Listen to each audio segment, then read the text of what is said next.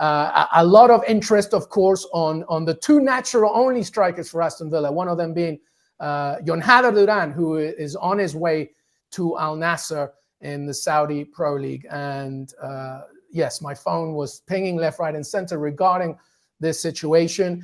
And so it's a package that's close to 80 million euros. You push it to 90 million euros when you include the add-ons, which is a remarkable amount of money for somebody that hasn't been in the Premier League that long. He is a tremendous talent, but that doesn't necessarily, explain the fact that the money always replicates that. But that's the money, and that's the valuation that Aston Villa put forward to him. There's a wandering eye from Jonhada Duran ever since he arrived to Aston Villa. He's always looked at the shinier, brighter thing. He's always had dreams of Real Madrid or big teams. And when the paycheck offerings came from Al Nassr, he wanted to leave. And when you have a player that wants to leave, there's nothing more that can be done. Unai Emery said it after the Celtic game. We wanted him to stay, but we had to balance and outweigh all the situations. Monchi stated this very fact, the director of football, about when this offer came in. And even though it's January and it's not great, especially because obviously Villa's dealing with so much and only having two lone natural strikers, you have to look at this valuation for the sake of in the world of PSR, etc. So Jonhada Duran is gone. I'm never going to be somebody that judges a player on what they feel they want. That he's going to earn 5 times the amount in his wages at Al Nassr. He's going to work with Cristiano Ronaldo and Sadio Mane. He's 21 years old. He could maybe play 2-3 seasons in Saudi Arabia, come back to Europe. My only worry to me is that Nestor Lorenzo, the Colombian national team manager,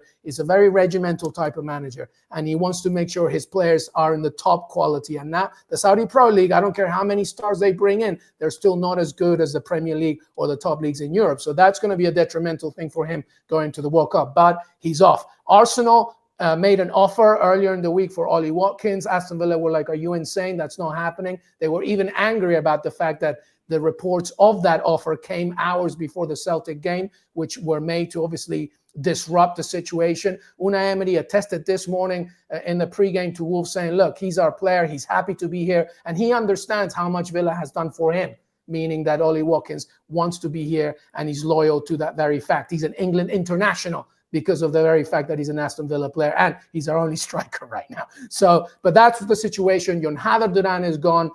Villa have Ollie Watkins still at this moment and a lot of money that they're receiving from the Colombian. Whatever you may think about the very case of the fact in the world of PSR, sometimes you just have to assess that, especially when it comes from a club that's not even in the Premier League, so it's not offering competition. And given everything that Luis Miguel has said, Shaka, there's no way Ollie Watkins leaves Villa, certainly in this transfer window now.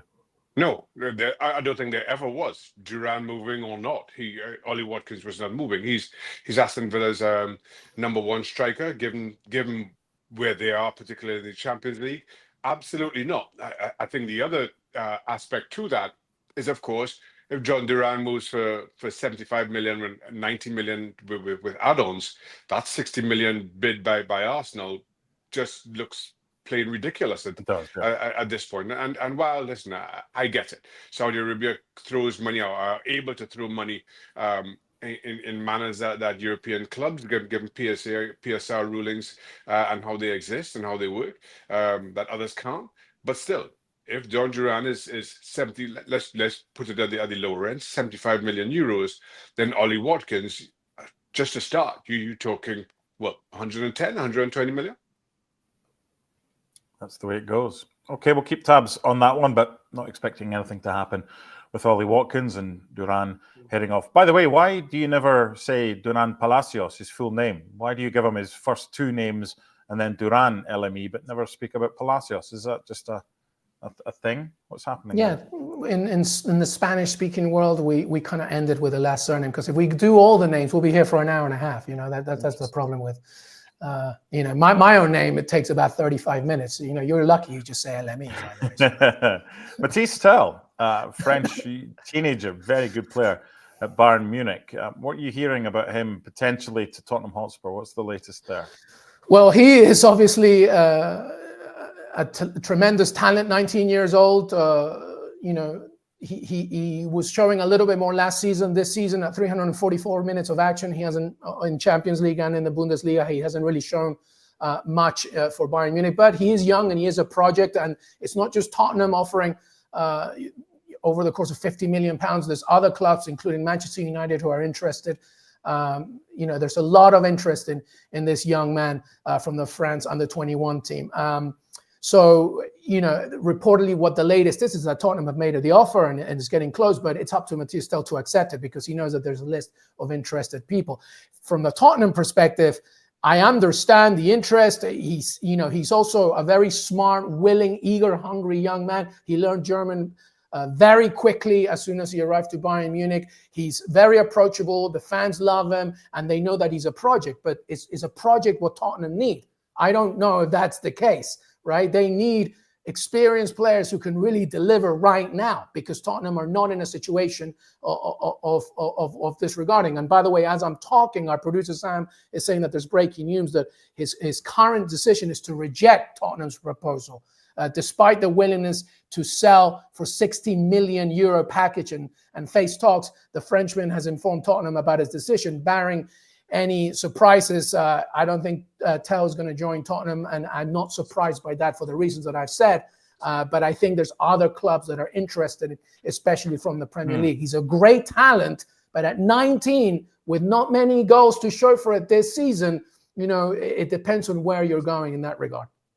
Yeah, and look, Shaka, before we go in with a two-footed high challenge that VAR's not interested in on Daniel Levy here, because there'll be some Spurs fans that say, hey, he's identified somebody, can't get the job done. It'd be nice to hear from them what actually happened, so we've got both sides of the story. But Elemi mentioned some of the other Premier League clubs interested in Matthias Tel, and one of them is Chelsea. But Chelsea are also linked to Garnacho as well. How many forwards do they want here without signing a striker? Because they'll have all the creativity in the world, but just need someone a little bit better than Nico Jackson to put the ball in the back of the net. So what's going on? Garnacho, Chelsea, Matthias Tel. I mean, there's a lot of talk here, but how much of this is hot air? What's happening? Any other club, you'd say most of it is hot air. But given the way Chelsea just kind of collect players randomly at times, it feels, without any clear plan in sight, you'd say, yeah, you have to give this some credence. No, to Chelsea's credit, we've heard a lot less from Todd Bowley or whoever the ownership group right now. And I know there was there was a falling out, and this billionaire is not talking to that billionaire. I'm sorry, I'm not in that WhatsApp group to know who's talking to who. So you kind of lost track, but you've heard less of Chelsea hierarchy. Let's just call it that. You've heard less from Chelsea hierarchy, and you cannot discredit the job that Enzo Maresca has done. And I know they're going through a little bit of a lean spell right now, but Chelsea all of a sudden are looking a very good team. But at the same time, Maresca has had to ostracize nearly half the squad.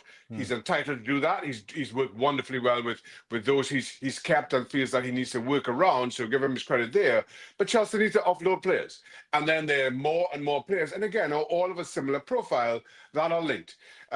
So to your question, Mark, I really do not know, because of who we're talking about and because of how they've done their business in the past. Now, on the one hand, you want to say, well, why Garnacho? If Garnacho is struggling to make a meaningful impact with Manchester United, why do you think that he's going to be the answer for you at Chelsea? I will only kind of temper that in saying I felt exactly the same 6-8 months ago about Jadon Sancho, and he has contributed to Chelsea's cause and looked. Not the player that we remember from Dortmund, but certainly a whole lot better of a player than we remember from Manchester United. So I'm giving Maresca his credit there. I'm trusting his judgment, because I have to say, I'll say it again, he's got far more right than wrong. But yes, there's this need for a striker who don't come cheap. So maybe the thinking is we plug other holes elsewhere. We have a transfer budget and a plan for this summer around spending big in addressing that need. They just can't do it this January. That's as good an explanation as I can assume right now. Simple last question before we move on to the Champions League draw. or one fixture in particular and 7 other games. There was a draw. Yeah. Yeah. It'll be a quick wrap-up then. Marcus Rashford, does he stay at Manchester United when the transfer window closes? Elemi. Well, Marcus Rashford is another one, by the way, because the latest reports had Barcelona interested in the young man. But it's almost impossible for this to happen because obviously Barcelona continue to deal with financial issues. They have to offload 2 players to even get half of one. So there's no way they're going to get Marcus Rashford, especially with the 375,000 per week contract that the English star demands as well. So now comes, are you ready? Aston Villa. Reports from the last hour. There's no official right now approach, but the reports that I've been, gathering, originated by Mateo Moreto in Spain, is that Aston Villa and Monchi are looking at this and showing some interest. It's going to be difficult. Where does he play? Where does he play? Well, here's the thing. Here's the thing. Ollie Watkins is a lone striker. Yep. Then you have a 3-man line right behind him. However, when the game begins, that shift and that form, that shape completely changes. My opinion, if he came, which I find it very difficult, Unai Emery is going to have to persuade a lot here if he wants him, and I agree with Marcus, if he did things like this, I think that he shouldn't be in the Premier League. Go to another environment and clear your head. But if he came and if he played, I actually would see him looking as a competition between him and Jacob Ramsey, where Jacob Ramsey kind of pushes off from that left-hand side, Morgan Rogers plays on the other one, and Leon Bailey, whenever he feels like playing consistently, can play on the right wing. But to me, I think that, here's the thing about Unai Emery. This was a yes or a no question, by the way. No, but it requires context, though, because the thing about Unai Emery and Aston Villa is that you can look at the lineup, but the shape of what actually it looks like on the pitch is different. Morgan Rogers may look like an attacking midfielder to you, but he does a hell of a lot more like that as a striker. Anyway, on the left-hand side, right behind Ollie Watkins. Thank you. Shaq, Marcus Rashford, yes or no? Does he move on when the transfer window slams shut? Is he gone from United or still there? No. He does not move on. Yeah, it was a rubbish question. It was worded very poorly. That was He's a yes still or there. Yeah, exactly. Give me a yes or no question and then give me choice. Yeah, it was horrible, that question. Exactly. So then... Wait, Shaka, you don't think Rashford leaves this window? No, I don't think. No, I think it's far too complex a deal. Given the money he's on, and how poor his performances have been. Yeah, I'm just gonna end with this, MD. Like I think that Ruben Amorim, I'm a big fan of his, and I like the way he started at the very beginning of all of this when he said, "I look at players and how they play, how they train, how they eat, whatever." I've hated the way he has dealt with Rashford as of late, because I think there's a difference between trying to criticize a player and trying to help him or whatever it is, and motivate him internally, and then saying a lot of things that are not helping anybody, I think. And you mentioned about like 10-15% of what the information that we get is true, whatever it is. I think this is a case like this. Like, what is your end goal here? Because if your end goal is to try and help Marcus Rashford, that's not happening. If your end goal is trying to get rid of Marcus Rashford, well, I don't think a club is going to be looking at any of your pressers saying, oh, he doesn't train well, he needs to be motivated. Oh, yeah, quick, let me pay 375,000 or whatever it is. So I've hated the way Amorim has dealt this part of it. I'm a big fan of his. But if Rashford stays, like Shaka says, in this transfer window, it's been an absolute colossal mistake on all parts. Yeah, and I've also hated the way that the presenter today has tried to keep the time to a bang-on half an hour by asking a yes or no question to Shaka, saying, what do you think about? Anyway, before we leave the transfer talk, some things that have happened.